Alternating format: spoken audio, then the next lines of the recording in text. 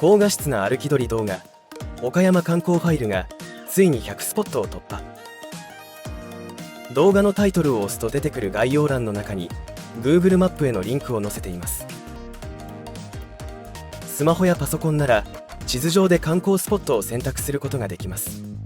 例えば奥津渓、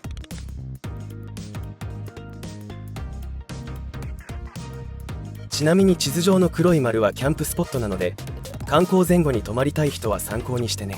奥津渓の近くなら箱の森公園がありますね。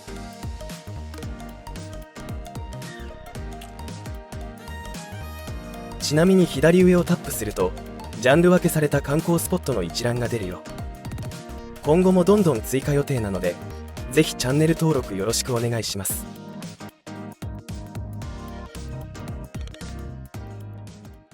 裏具チャンネルの動画のうち、疑似観光体験の動画だけ都道府県別に分けて見やすくしているサイトです。